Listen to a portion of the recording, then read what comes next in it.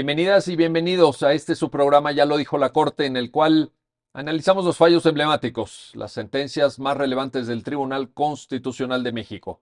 En esta ocasión vamos a platicar con nuestros invitados del amparo directo en revisión 1329, diagonal 2020. Se trata de una importante sentencia que nos va a permitir reflexionar y entender el alcance del derecho a la reparación integral del daño, sobre todo cuando en un primer momento se opta por una vía penal, hay una, un inicio de un proceso penal que llega luego a un acuerdo reparatorio y con posterioridad se intenta una vía civil. Hay que ver si estas dos vías pueden coincidir, si pueden convivir, si una anula la otra acaso, en fin. Todos estos temas nos los van a explicar nuestros invitados, a quienes les doy la bienvenida al programa. Kenzo Abou. Kenzo, bienvenido. Muchas gracias, doctor. Un placer estar aquí. Y para nosotros un placer recibirte, muy Muchas amable. gracias. Y también le doy la bienvenida a María Eugenia Canchola. María Eugenia, Muchas bienvenida. gracias, doctor.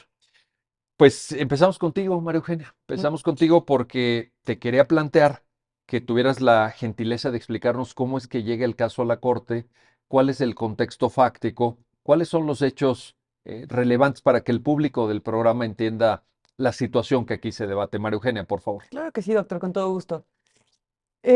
Los antecedentes más remotos de este caso, o los elementos que debemos conocer para comprenderlo mejor, es que todo aconteció a partir de un accidente que muy lamentablemente tuvo lugar, en un accidente automovilístico, perdóname, que tuvo lugar y donde falleció una persona. La viuda de esta persona que falleció y sus hijos menores de edad em, celebraron un acuerdo reparatorio con esta persona que provocó el accidente y que estaba siendo imputado en un procedimiento penal. Este acuerdo reparatorio incluía el pago de una cantidad y también se establecía una cláusula de no responsabilidad, en la que se decía que no se iba a emprender ninguna acción posterior para efectos de buscar reparación del daño extra. Esta cantidad que se dio en este acuerdo reparatorio, se combinó o se pactó una cantidad que, digamos, era alrededor de 400,000 pesos. Pasado el tiempo, la viuda de la víctima y sus hijos acudieron a la vía civil a través de los tribunales de la Ciudad de México para reclamar nuevamente de esta persona que provocó el accidente y provocó la muerte de su esposo, reclamar daño moral, perdóneme, responsabilidad civil, primero que nada, la declaración de que existió una responsabilidad civil objetiva. Se reclamaba también el pago por daño moral, el pago por el pago de daños materiales, intereses y gastos y costas. De la aseguradora se reclamaba el cumplimiento de la póliza de seguro en cuanto a su apartado de responsabilidad civil y daños a terceros. En primera instancia, el juzgado de primera instancia acogió las pretensiones de la viuda, es decir, le dio la razón en cuanto al tema de responsabilidad civil y pago de daños materiales y pago de daño moral. En segunda instancia, esta sentencia se modificó, pero únicamente para aspectos de la cuantificación. Se determinó que la aseguradora solo iba a pagar hasta donde fuera su tope establecido en la misma póliza para este concepto. Inconforme con esa determinación, la aseguradora acudió al juicio de amparo para reclamar una duplicidad de reparación del daño. La aseguradora controvirtió principalmente que en el acuerdo reparatorio ya se había aportado una cantidad para cubrir los daños de este desagradable accidente. Sin embargo, o sea, y ya al ser el mismo acto y misma reparación, ya era, como le estoy comentando, como una duplicidad. Eso es lo que la aseguradora estaba impugnando. El tribunal colegiado le dio la razón a la aseguradora, pero aquí viene una cosa muy importante que es analizar el criterio jurisprudencial que emitió esta corte, la primera sala, y que sirvió al colegiado en ese momento para favorecer a la aseguradora. Y es un criterio jurisprudencial que establece que cuando se celebra un acuerdo reparatorio o hay en una sentencia ejecutoriada en la vía penal ya se estableció lo de reparación del daño, ya es improcedente acudir en la vía civil. Eh, Se consideró precisamente que, por el tribunal colegiado, que al haber, o sea, que en este no estábamos frente a un caso propiamente de que hubiera, o sea, de que la reparación del daño se hubiera dictado en una sentencia penal, sino que era un acuerdo reparatorio y que este tenía la cualidad de ser celebrado de forma, bueno, elaborado de forma autocompositiva, es decir, las partes lo elaboraron libremente y llegaron a un acuerdo entre ellas. Em, por esa razón, dio lugar, o bueno, dio razón a la aseguradora, o sea, digamos, la eximió de este pago de responsabilidad civil. Y este asunto llega a la corte porque la viuda, y en representación de sus hijos, promueve un recurso de revisión. Este recurso de revisión inicialmente es desechado por acuerdo presidencial por considerar que no tenía un tema de constitucionalidad. Sin embargo, a través del recurso de reclamación que se promovió y que en su momento fue proyectado por la ponencia del ministro Pardo, se determinó que sí había un tema de constitucionalidad y era muy relevante específicamente porque se trata sobre la interpretación del artículo 17 y del alcance de la reparación integral del daño para las víctimas, y justo se tenía que revisar este alcance que el tribunal colegiado dio a este derecho humano para la reparación del daño. Eso fue lo que motivó el estudio que ahora nos ocupa. Perfecto. Muchísimas gracias, María Eugenia. Voy contigo, Kenzo, para plantearte lo siguiente. Creo que una parte de la discusión y de la comprensión del alcance del fallo tiene que ver con esta naturaleza a la que aludía María Eugenia de los acuerdos reparatorios en el contexto de un proceso penal que ha cambiado, Claro. que no es el proceso penal tradicional que rigió en México durante décadas. Estamos ante un modelo pues que parte de la reforma de 2008, que luego se afianza con el Código Nacional de Procedimientos Penales de 2014, y me parece que la argumentación que ofrece la Corte en la sentencia toma en cuenta esta naturaleza distinta. Platícanos, ¿cómo se da el acuerdo reparatorio? ¿De qué tipo de instrumento estamos hablando? Sí, claro, doctor. Mira, sí, tienes toda la razón. Parte de, como lo mencionas, de la reforma que se dio en 2008, en la que se instaura el sistema penal acusatorio, prevé precisamente como eje toral una justicia restaurativa. Dentro de esa justicia restaurativa, lo que se busca, pues es favorecer a las víctimas, ¿no? Y que en el sistema mixto, con el que contábamos hasta antes de la reforma, pues era un problema que existía de que pues esa reparación a las víctimas, pues no era tan palpable, a pesar de que pues estaba en la ley, pues tenía que transcurrir pues todo el proceso, llegar a una sentencia condenatoria, a efecto de que pudiera, dentro de la pena impuesta, de la pena de prisión, pues se estableciera también la reparación del daño. Con la introducción del nuevo sistema de justicia penal acusatorio, con la reforma, se prevén estos mecanismos de solución, mecanismos alternos, y lo menciona la sentencia, autocompositivos de reparación del daño, que lo que buscan básicamente no es tanto declarar la culpabilidad del imputado, ¿no? Sino de resarcir el, el daño que ha sufrido la víctima en todos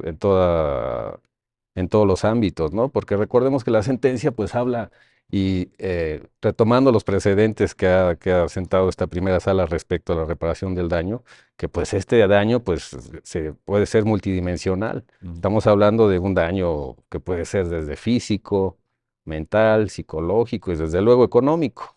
Entonces el sistema penal acusatorio y pues prevé estos mecanismos, como en el caso que nos ocupa, esto se origina de un acuerdo reparatorio que prevé el propio sistema de justicia penal en el que estamos, ¿no? Este acuerdo reparatorio finalmente tiene la característica de que es un convenio, podemos decirlo así, que celebra entre la víctima y el imputado. Es una característica muy importante porque esto se debate a lo largo del caso, precisamente por la interpretación que le da desde el juzgado, desde el juez primigenio, el juez de primera instancia, hasta el tribunal colegiado, que hace una interpretación directa de la jurisprudencia que mencionó la maestra Canchola, que es la 43-2014, Ujú. y que precisamente establece que este acuerdo reparatorio no se da en la forma en la que la señora que desgraciadamente tuvo esta desgracia, pues eh, se establecía, ¿no?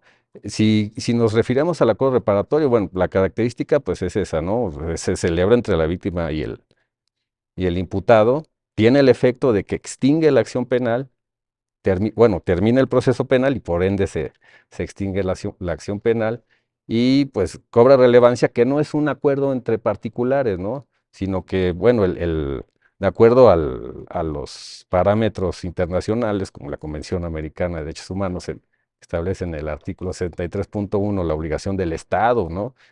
De reparar, pues así hay una participación directa de supervisión en un acuerdo reparatorio que puede ser del Ministerio Público o del juez de control. Es decir, aquí entramos en un poco en el procedimiento del nuevo sistema, ¿no? Bueno, del sistema penal acusatorio que ya no está nuevo. Todavía le seguimos diciendo, Le seguimos está diciendo bien, nuevo sistema, pero no es tan nuevo, bueno, ¿no? el más reciente, digamos, Digámoslo el que así. está Así ahorita es. vigente. Sí, sí.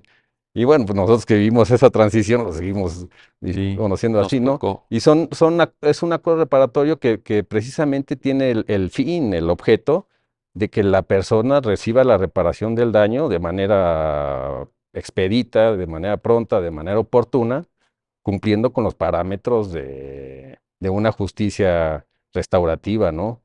Sí, Ahí hay una novedad, ¿no, Kenzo? No, digamos, en el sistema inquisitivo mixto o el sistema anterior, el viejo sistema, ¿no?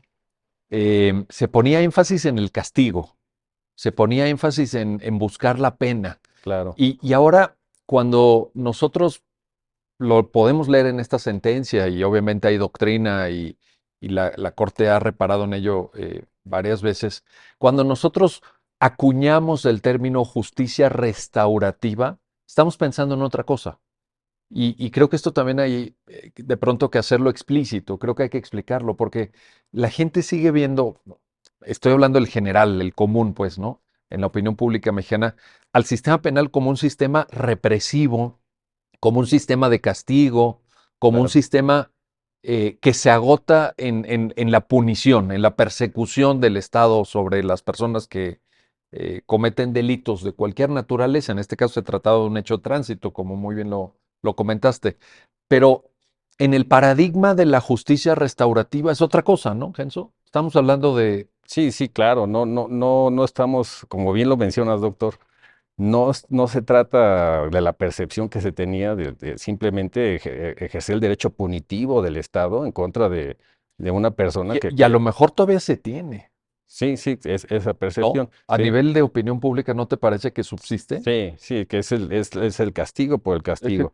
lo que a Que, veces que- hasta que- la gente lo exige, ¿no? Lo pide, ¿no? A ver, métalo a la cárcel, incluso sí, desde sí, el primer momento, ¿verdad? cadena perpetua y que Lo nunca más que se salga, pueda, sí, ¿verdad? sí, sin dejar de soslayar, pues, de que pues también están las víctimas, ¿no? Y que Correcto. precisamente este nuevo sistema lo que busca es efectivamente no solo castigar, sino que el eje toral, como lo mencioné hace unos instantes, pues precisamente es voltear a ver a las víctimas, ¿no? O sea, retribuirle a la víctima ese menoscabo que ha sufrido, esas violaciones que ha sufrido a sus derechos humanos y tratar de retribuirle de una manera, Sí, hasta donde se pueda, ¿no? Hasta mitigar, donde se sí, sí, a pueda, donde se pueda porque mitigar, pues en el caso, pues en el caso la vida ya cómo no se regresa, devuelve. pero de alguna forma pues sí, alguna vía de reparación. Sí, sí, claro. Y más Pues, que castigar, pues el sistema busca eso, ¿no? Retribuir y sobre todo, no tanto buscar el castigo, una prisión preventiva, sino una reinserción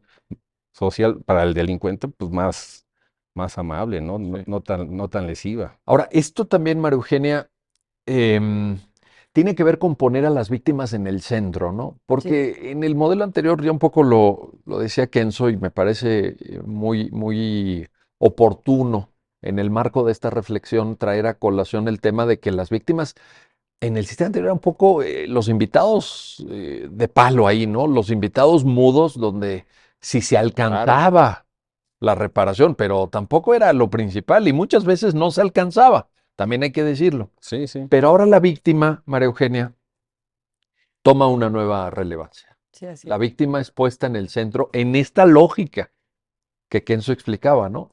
Y por tanto se convierte en protagonista o coprotagonista, incluso con su propia asesoría jurídica, con su propia representación en el proceso.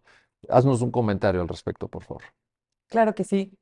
Em, la víctima, por ejemplo, en el caso que estamos hablando, eh, tiene un papel muy importante, no solo para poder decidir qué tipo de mecanismos alternativos de solución de controversias, a cuál quiere acceder o por qué vía quiere solicitar la reparación. Esa es una libertad, digamos así, y una prerrogativa de las víctimas. Pero algo que me llamó mucho la atención en nuestro caso, o sea, del que estamos comentando, es que el Estado tiene ciertas obligaciones respecto de la víctima. Y esas obligaciones no implican otra cuestión más que garantizar que sí existe una reparación integral. ¿Cómo se puede garantizar esto? O sea, el Estado no puede a lo mejor estarnos aconsejando todo el tiempo. Pero esta forma de garantizar se hace a través de, cuando se trata de acuerdos reparatorios como es el caso, el Estado debía involucrarse un poco más para ver si ese acuerdo reparatorio era satisfactorio y era proporcional. Porque al parecer la víctima y el imputado llegaron a ese acuerdo por voluntad, pero nunca hubo una controversia sobre la cantidad Mm, para reparar. ok. El Estado ahí debió intervenir mucho más, proteger a la víctima para efecto de que la reparación fuera satisfactoria y más plena. En ese aspecto es lo que usted me preguntaba, o sea, la víctima cobra o bueno, toma un papel primordial porque más allá de que la víctima haya firmado una cláusula de no responsabilidad o de que no va a emprender acciones posteriormente, esa cláusula no puede tomarse en cuenta, y muchos hemos firmado ese tipo de cláusulas, no puede tomarse en cuenta para efectos de reparaciones si la reparación no ha sido exhaustiva o no ha sido suficiente. Es decir, no se puede renunciar a algo que no es renunciable. Y me permito hacer este comentario Ujú. porque el derecho a la reparación está íntimamente ligado con el derecho humano a la dignidad. Y es por eso que no es renunciable. Es algo que las personas no pueden disponer de ese derecho humano o negarse a obtener un mayor beneficio. Eso es algo que no sería renunciable y por eso ese tipo de cláusulas que a veces si nos obligan a firmar, pues no tendrían algún efecto. Oye, María Eugenia, ¿podríamos hablar ya hoy, a la luz de la doctrina tanto de la Corte Interamericana de Derechos Humanos como de la propia Suprema Corte de Justicia de la Nación, de un verdadero derecho humano a la reparación? Por supuesto, completamente, doctor. Primero que nada, me gustaría decirle que la fuente convencional de este derecho humano es el artículo 63.1 de la Convención Americana y es esa previsión normativa la fuente del derecho humano a la reparación integral. Esta reparación, como le comento, no es renunciable, no es algo de lo que podamos disponer y definitivamente el Estado juega un papel de garantizar que exista esa reparación de forma plena. O sea, como le comenté, garantizar implica intervenir, pero no intervenir a lo mejor directamente al celebrar el contrato de reparación, sino intervenir a través de mecanismos o instituciones que revisen eh, que la reparación haya sido integral. Y en ese tenor, y aquí viene lo interesante para el caso, concibiendo como derecho humano el derecho a la reparación, pues tienen que quedar expeditas las vías procesales para que eso pueda asegurarse y garantizarse en casos concretos. Sobre esto vamos a seguir platicando. Claro. Vamos a hacer una pausa, no se vayan. Continuamos enseguida en el análisis de este amparo directo en revisión, el 1329 diagonal 2020 y la posibilidad, ya nos lo explicarán nuestros invitados, de que concurran, por un lado, la vía penal que termina con un acuerdo reparatorio, pero por otro lado, que se pudiera abrir una vía civil en donde se busque la garantía efectiva, la tutela de este derecho humano a la reparación integral del daño. Regresamos enseguida. Ya estamos de vuelta, ya estamos de regreso en su programa Ya lo dijo la Corte, para continuar en el análisis, en la conversación con nuestros invitados sobre este amparo directo en revisión, el 1329/2020, y este derecho a la reparación, este derecho humano, nos decía María Eugenia Canchola, este derecho humano con base convencional y también con base constitucional, Kenzo. En el sistema constitucional mexicano pues tenemos un artículo primero, tenemos jurisprudencia, y esto nos abre una perspectiva, en continuidad a tu comentario anterior, muy novedosa para traerlo a colación al proceso penal, ¿no? Al proceso penal, donde se tiene que asegurar esta reparación integral, ¿cierto? Claro. Sí, en el caso, precisamente lo que buscó el acuerdo reparatorio o las bondades del sistema penal acusatorio es precisamente que a través de un acuerdo reparatorio se acceda de manera inmediata a la reparación del daño. Claro, con las reglas que establece el propio procedimiento penal, ¿no? Precisamente, si el acuerdo reparatorio tiene esa bondad de cualquier, bueno, tiene la bondad de que se puede celebrar desde la denuncia hasta el auto de apertura de juicio O sea, oral. es un sistema, me atrevo a calificarlo así, Kenzo, a ver si coincidimos, generoso con la decisión que la víctima pueda ir tomando en el momento Sí, procesal, claro. pero es amplio, ¿no? Sí, la decisión que va a tomar con el imputado, sí, porque Ujú. tienen todo un camino para tomarla desde la denuncia, como le decía, hasta el auto de apertura, ¿no? Porque bueno, el acuerdo reparatorio lleva implícitamente la aceptación de culpa de Sí, la persona que cometió el delito. correcto. Y ya cuando se vincula a proceso, todavía está en posibilidades de llegar a ese acuerdo antes de que se aperture ya el juicio en donde se pueda terminar el proceso penal con una sentencia absolutoria o con una sentencia condenatoria. Correcto. Ahora, María Eugenia, ya entrando al fondo, la pregunta que la Corte se hace medularmente en este caso es si, una vez que se tiene el acuerdo reparatorio, que supone y requiere, lo acaba de explicar muy bien Kenzo, el acuerdo de voluntades. O sea, hay una aceptación también de las propias víctimas, subsiste la vía civil. Se puede buscar una reparación por responsabilidad civil, que es diferente, bueno, hasta en su naturaleza, en el origen, en fin, aunque los hechos son los mismos, pero estamos hablando de otra cosa. Vamos a entrarle ya a ese tema. Entonces, Por ¿se supuesto. puede?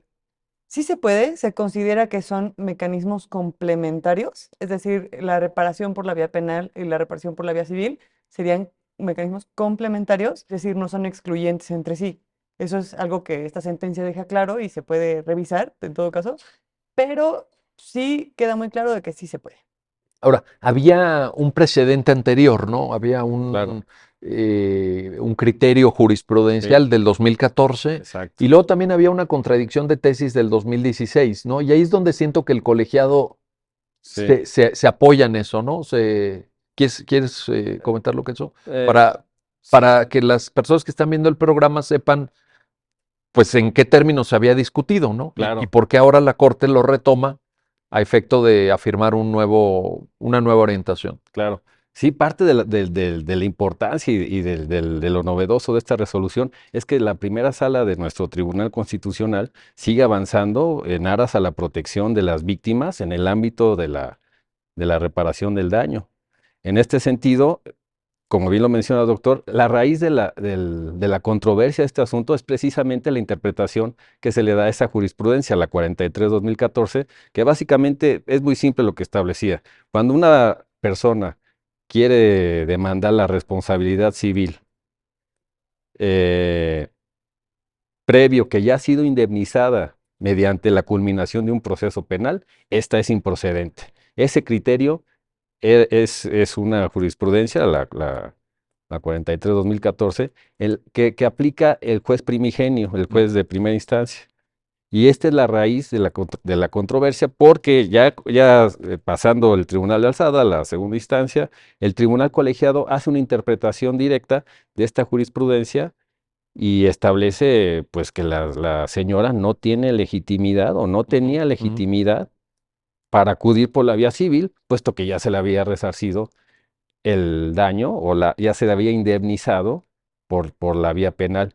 Y esta jurisprudencia contiene una salvedad, ¿no? Que dice excepcionalmente sí se puede recurrir por la vía civil demandar la reparación del daño cuando se advierta que la legislación civil posee mayores atributos o beneficios, digámoslo así, económicos a favor de la víctima. Pero pues aquí la resolución pues establece que pues este criterio, después de una nueva reflexión, pues puede ser superado, ¿no? Porque pues no se puede establecer excepciones, ni montos máximos, ni montos Ujú, mínimos ujú. en materia de reparación del daño. Sí, que es una doctrina que se ha venido construyendo también, ¿no? Sí, sí, Por ejemplo, en esto de los inconstitucionalidad, los topes para la Sí. reparación, hay exacto. diversos criterios. Ahora, en este sentido, María Eugenia, tú misma lo mencionabas hace un ratito, parece que aquí el dilema es entender bien la naturaleza del acuerdo reparatorio, que es un poco lo que comentábamos también al principio, porque parece un concurso de voluntades.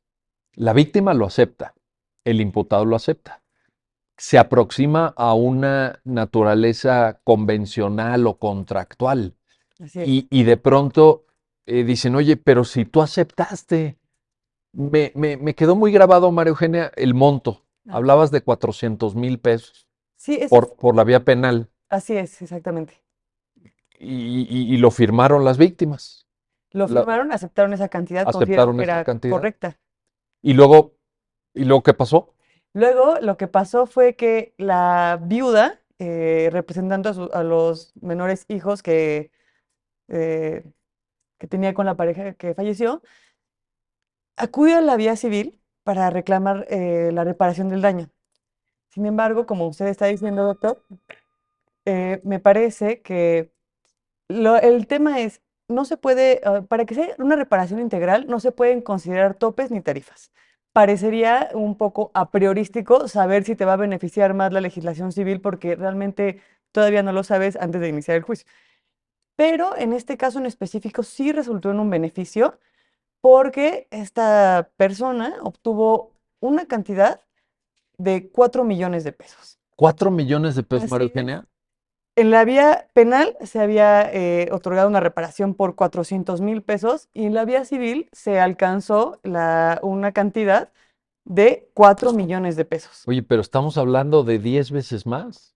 Así Es es, mucha diferencia, ¿verdad? mucha diferencia. No estamos diciendo que una vía sea mejor que la otra, porque todo está sujeto al estudio de caso por caso y la acreditación, por supuesto, de los daños.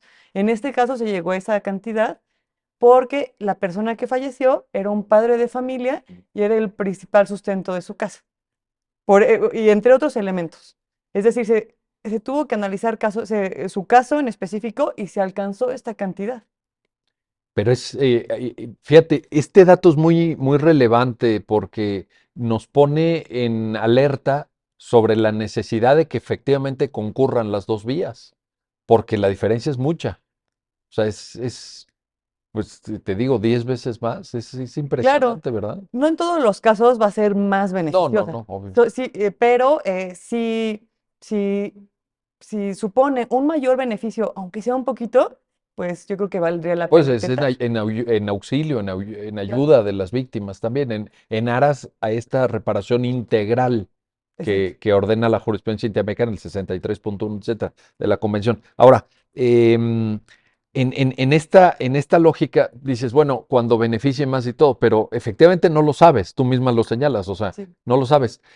La virtud de una de las fortalezas de esta sentencia, creo, María Eugenia, y te lo planteo, te lo pregunto, es dejar abiertas las puertas y que sean las personas afectadas las que decidan si transitan por la puerta de la responsabilidad civil o se quedan con su acuerdo reparatorio, que se ejecute el acuerdo reparatorio y bueno, pues hasta ahí llegó, ¿no? Pero es importante que estén las dos puertas abiertas. claro que sí, tener las vías expeditas para acceder a la reparación del daño es justo la forma en que el Estado también garantiza este derecho humano, o sea, disponer de los procedimientos a través de los cuales se pueda calcular y se pueda establecer.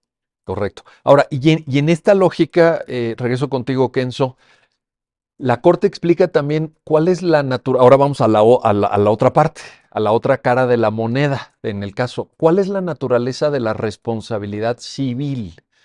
Habíamos hablado ya del acuerdo reparatorio, pero aquí hay otro tipo de asunto, hay otra lógica, hay otra argumentación en la sentencia, evidentemente, ya sobre la parte civil. Decía María Eugenia, bueno, la puerta se abre. Ya decide la víctima si transita por esa puerta o no, pero la puerta está abierta. Bueno, si la víctima dice, vámonos por esa puerta, ¿qué va a encontrar pasando esa puerta? ¿Qué hay en ese concepto? Te pregunto, Kenzo, te lo planteo, de que se llama la responsabilidad civil. Claro, sí, doctor. Precisamente aquí en el caso concreto, el problema fue ese, y la complejidad técnica de la resolución es precisamente que confluyen las dos materias, confluye la materia penal con la materia civil. En el caso, ya que la señora accedió a la reparación del daño, intenta por la vía ordinaria civil, demanda la reparación por responsabilidad civil, es decir, una responsabilidad que se originó en el instante en que se produjo el accidente.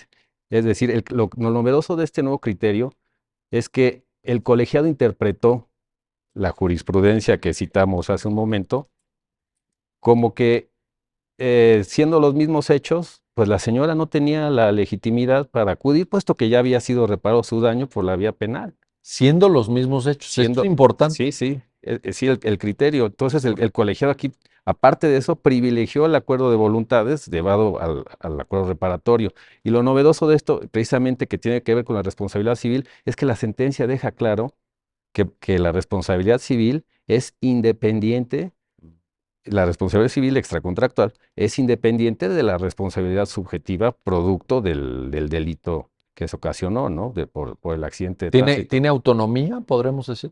Efectivamente, tiene autonomía. Aquí el colegiado interpretó diciendo que no podían subsistir una y la otra, ¿no? Tanto la responsabilidad penal como la vía penal como por la vía civil. Pues la responsabilidad civil se rige por sus propias reglas, la naturaleza es eminentemente otra que la naturaleza penal y por eso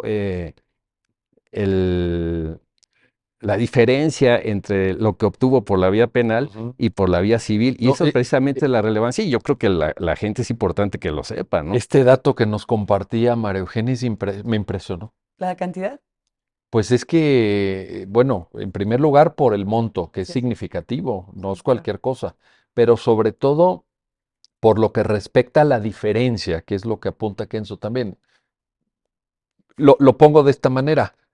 La viuda en su caso se pudo haber quedado con el tema del acuerdo reparatorio, porque todo esto conllevó un litigio. Vean cuántas instancias, tú Sí, misma lo contaste al Sí, principio, ¿no? Se tuvo que pelear hasta en recurso de reclamación sí. sí, para que se admitiera el ADR acá ya en la corte. Pues la viuda en una de esas pudo haber dicho, no, no, sí, Exacto, ya esto es está muy, demasiado. no, es demasiado. Y además porque la circunstancia humana de esta persona está atravesando un duelo, Exactamente. está en una etapa muy difícil de su vida. sí, el sufrimiento, El sufrimiento, pues a lo mejor hasta ni cabeza tienes para estar pensando en eso, que si te van a dar más dinero, que si te van a dar menos dinero, pues si tú estás atravesando un infierno Exactamente. y sin embargo se luchó Y se se- obtuvo una y se resolución. obtuvo.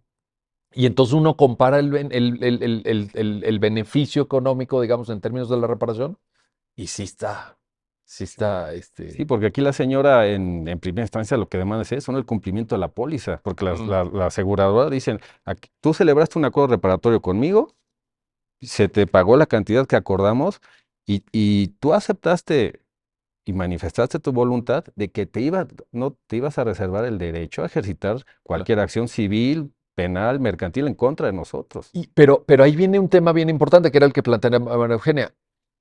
¿Qué tanto eso es renunciable? Sí, porque se pone, ¿no? En un documento Sí, y la gente lo firma. sí. en aras de que, bueno, tampoco, pues incluso no existía este criterio. En su momento, pues lo firmó y a lo mejor el abogado le dijo, oiga, mire, mejor fírmele porque hay una jurisprudencia que dice que no es que, entonces no, pues de por sí no va a poder ir por la vía civil, porque Claro. está ese criterio de Sí, sí, la 2014, ¿verdad? De 2014. Así es. Mire, yo le sugiero que mejor le firme, Acepte, tome su dinero acepte, y continúe con su vida. sí. No puede ser tan fácil, siendo que es una ama de casa, una señora que se dedicaba al hogar y que tiene dos menores bajo su responsabilidad, ¿no? Y sacar adelante una ama de casa a dos menores, pues se traduce en que no se estaba contemplando una reparación integral, ¿no? Por eso me parece muy importante el comentario de María Eugenia en el sentido de concebir esto como un derecho humano y ahí es donde ya la voluntad transaccional, Exacto. sin dejar a un lado el tema de la justicia restaurativa, eso hay que entenderlo y creo que la Corte en una parte dice precisamente, cito el párrafo 33 de la sentencia, la transición a un modelo de justicia restaurativa centrada en la necesidad de priorizar la solución de los conflictos y el resarcimiento del daño es un eje toral de la creación del sistema penal acusatorio previsto en los artículos 16, 17, 19, 20 y 21 de la Constitución. O sea, el concepto de justicia restaurativa es importante, Sí. pero no al efecto de cerrar la vía de la responsabilidad civil. Ahí está el dilema, ¿no? Algo que me gustaría destacar, doctor, es que si bien hablábamos de que son vías complementarias y se pueden llevar a cabo simultáneamente, en esta sentencia se dice que de la cantidad total que se calculó en la vía civil, se debe restar o se debe deducir la parte que se había pagado en la vía penal. Es decir, no son dos reparaciones, sino que se hace un cálculo, como hablamos de una reparación integral. No son varias reparaciones, es una reparación y es complementaria. Debemos entender en ese sentido que el cálculo es respecto al alcance del propio monto, pero no implica una confusión por cuanto hace a la doble naturaleza de la reparación, ¿no? Exactamente. Nada más es para efecto decir, bueno, mire, pues si de este lado ya, Sí, por eh, ejemplo, de los 4 millones que estábamos hablando, se debe deducir o ya no hay obligación de pago respecto a los 400,000 pesos correcto. que se habían entregado inicialmente. Na- Se hace Justo la, se hace, la mejor palabra es deducirlo, ¿no? sí, sí, se hace la resta y listo. Exacto. Oye, pero hay un tema ahí con la póliza, ¿verdad? Hay un tema de que finalmente el seguro iba a cubrir, ¿cuánto iba a cubrir? ¿El 100%? No, el seguro solo estaba obligado a cubrir hasta el tope que él mismo estableció en su póliza. Correcto. De los seguros que, por ejemplo, nosotros contratamos frecuentemente para nuestros automóviles u otro tipo de seguros, establecen un tope como de responsabilidad. Y es ese tope lo que protegió a la aseguradora de no tener que hacerse cargo del monto en su totalidad. Porque recordemos que la persona que ocasionó el accidente y la aseguradora fueron condenados solidariamente. Ujú. Entonces eso significa que, digamos, para efectos prácticos, para que la gente que está viendo el programa nos entienda, una parte la va a cubrir la aseguradora y el monto está determinado por el tope señalado en la póliza. Exacto. ¿Y el resto? El resto lo va a cubrir la persona que provocó el accidente y que es la persona de la que se está demandando la responsabilidad civil. Y se le tendrá que hacer efectivo, pues bueno, si voluntariamente cumple, qué bueno, y si no, pues se van Sí, sobre sus cuentas, sobre sus bienes. sí, hay diversos mecanismos para poder ejecutarle el cobro de esa situación, pero definitivamente la aseguradora sí va a hacer frente a la mayor parte de la cantidad. Sí, la mayor parte ya, digamos, se logra cubrir de esa manera, ¿verdad? Exactamente. Con la póliza. Sí. Muy bien, vamos a hacer una pausa, no se vayan, regresamos enseguida para continuar en esta conversación, en este análisis sobre el amparo directo en revisión 1329, diagonal 2020, y esta doble vía para asegurar la reparación integral de las víctimas del delito. La parte penal a través de un acuerdo reparatorio y la parte de la responsabilidad civil a la que aludieron nuestros invitados. Regresamos. Ya estamos de vuelta, ya estamos de regreso en este su programa, ya lo dijo la Corte, para seguir conversando con nuestros invitados sobre el alcance, lo manifestado por la primera sala de la Suprema Corte en el amparo directo en revisión 1329/2020. Y, y quiero regresar contigo, Kenzo, para plantearte esto. ¿Qué tanto pesa o qué tanto debemos considerar que el acuerdo reparatorio implica una naturaleza, déjame ponértelo así, casi casi privada, en donde son las partes las que a través de un concurso de voluntades, de un acuerdo de voluntades, pues dejan zancado el asunto? Y entonces, pues ahí alguien podría preguntar, bueno, ¿y el Estado qué hace? El Estado me refiero en el proceso representado por el juez, Claro. la figura del juzgador. Coméntanos, por favor. Sí, precisamente esto que mencionas, doctor, fue lo que llevó al tribunal colegiado a desestimar la legitimación que tenía la señora para acudir.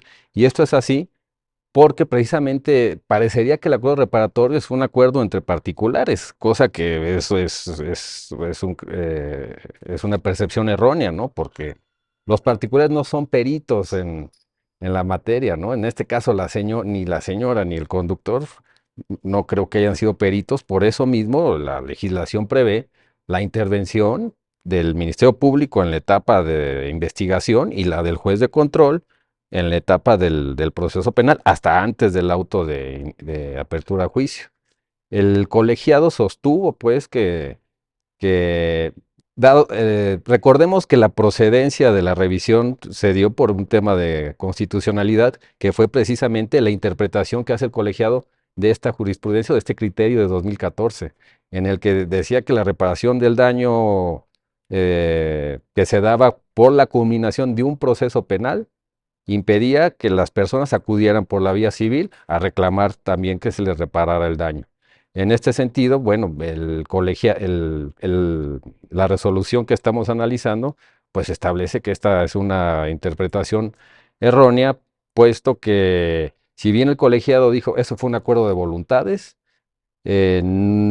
la víctima se arregló con el imputado y no, ahí no podemos intervenir. Lo cierto es que la resolución deja muy claro que ese acuerdo reparatorio, una vez ejecutado, se equipara y tiene los efectos de una sentencia condenatoria. Porque el presidente de 2014 era respecto de procedimientos penales que culminan con una sentencia. Sí, el presente 2014 establece que la excepción para que se pueda acudir por la vía civil a reclamar el daño o la reparación del daño es cuando esa reparación del daño derivada de un proceso penal haya sido impuesta por una sentencia condenatoria, es decir, por un juez. Y aquí la reparación no se impuso por un juez, sino por un acuerdo entre la víctima y el imputado.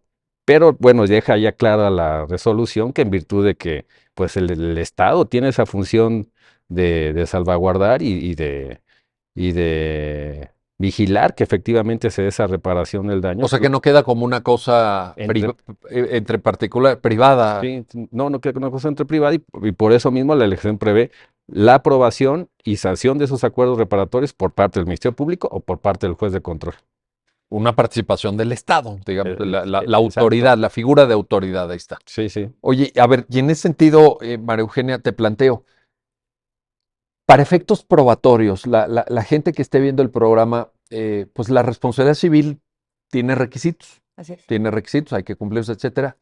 El acuerdo reparatorio, ¿qué nos aporta? Cuando pensemos que ya está el acuerdo reparatorio y la persona, como sucedió en este caso, dice, oye, déjame intentar la vía civil porque yo escuché que una experta en derecho en un programa de televisión dijo que pues acá fueron 400,000 pesos, para acá fueron 4 millones. Déjame ver si en aras de este nuevo criterio lo puedo intentar. Cuando lleva el acuerdo reparatorio a la vía civil, ¿qué se tiene ahí en términos probatorios? ¿Se acredita algo ya? Claro. Recordemos que para acreditar responsabilidad civil hay 3 elementos muy básicos, que sería estudiar si ocurrió un hecho ilícito, estudiar los daños que puede haber causado y el nexo causal entre el hecho ilícito y los daños causados. En este caso, el acuerdo reparatorio constituiría una comprobación de que el hecho ilícito existió. Ahorita en este caso es porque, o existe la coincidencia de que el hecho ilícito constituye también un delito. Habrá casos donde no sea así, pero en este caso el acuerdo reparatorio servía para probar inicialmente que el ilícito había sido cometido y que estaba aceptado plenamente por la persona que lo cometió. En ese sentido, de los tres elementos de la responsabilidad civil, pues veo evidentemente el concepto de hecho ilícito, pero también en la lógica del reconocimiento de la responsabilidad penal que ya se había dado. Eso Exacto. ya estaba incluso Acreditado. acreditado, pero además supervisado por las autoridades que señalaste, ¿verdad, Exacto, Kenzo? exacto, doctor. Pues prácticamente, María Eugenia, digo, repito, para la gente que está viendo el programa, pues prácticamente ya se da en automático eh, el hecho de la responsabilidad civil y en su caso, lo interesante será discutir sobre el monto. Exactamente, los elementos, la diferencia entre entre la reparación del daño dictada en la materia penal y la materia civil implicaría que en materia civil la responsabilidad se analizan diversos elementos y se analizan de diversa forma. Es por eso que las cantidades, bueno, en este caso porque las partes llegaron a un acuerdo, pero las cantidades pueden no coincidir o variar porque, como le comento, se consideran elementos muy diferentes. Sí, sí, sí, sí. Y ahí, bueno, y la variación, tú misma ya lo dijiste, Sí, ¿verdad? así es. No es cualquier cosa, No, no. no es menor. Y bueno, sobre todo destacar, es muy destacable este precedente, que no se puede renunciar o no podemos renunciar a nuestro derecho humano a la reparación integral. Correcto. A ver, para acercarnos ya al final del programa, Kenzo, pues termina bien la historia para esta persona. Digo, Sí, claro. dentro del drama de la situación. La situación no es, Sí, es una es tragedia. una tragedia por donde se le quiera mirar, ¿no? Claro, sí. El dolor de estas personas, pues bueno, Sí, el sufrimiento el y sufrimiento va a estar ahí. la reparación que se debe de hacer. Pero como quiera, pues en la medida en que el derecho Sí, lo permite y la realidad incluso lo permite, buscaron una vía de reparación y lo lograron. ¿Cuál sería la conclusión? pues la conclusión es que la señora agotó las instancias y como mencionamos, hasta la reclamación se pudo dar procedencia al recurso, la revisión del amparo directo. Y termina, me parece, con un final dentro de la tragedia que está viviendo la señora, pues termina con un final favorable a ella, puesto que la resolución se robustece aún más tomando en cuenta dos aspectos novedosos que se han fijado como precedentes eh, en este tribunal y que son aristas que robustecen la resolución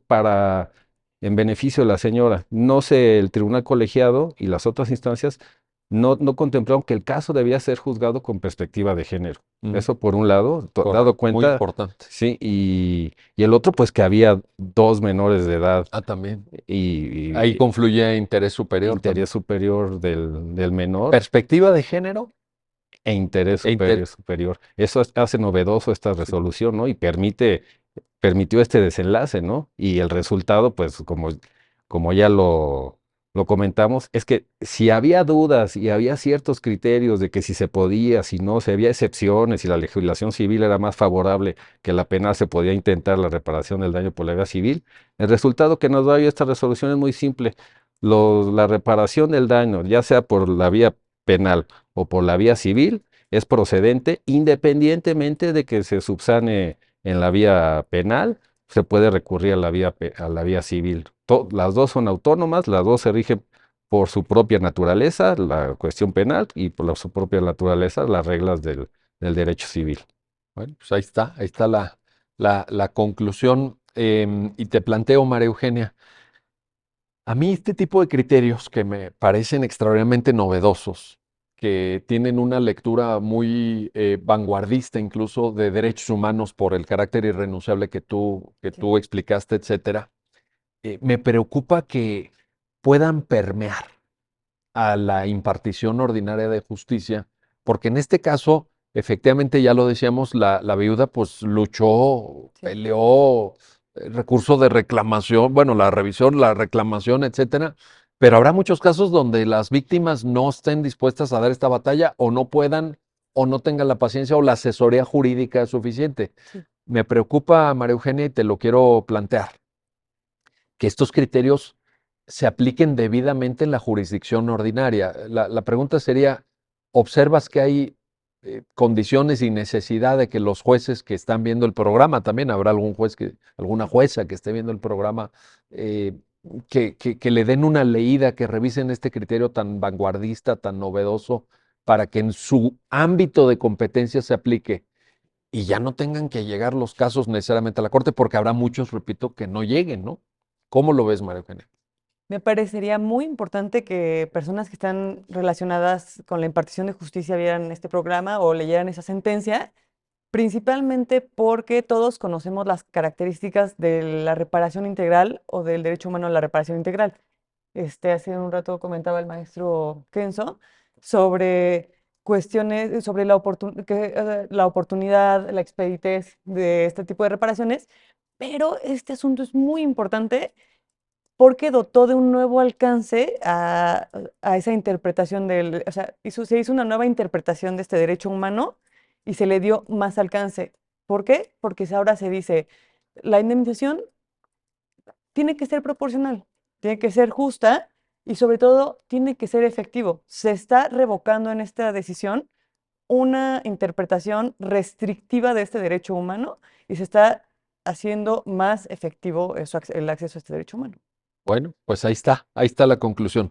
Kenzo Abou, María Eugenia Canchola, gracias. Al contrario, doctor, ha Gracias, sido un doctor. placer. Gracias a los dos y gracias a usted que hace posible su programa, ya lo dijo la Corte, en el cual analizamos los fallos emblemáticos, las sentencias más relevantes del Tribunal Constitucional de México.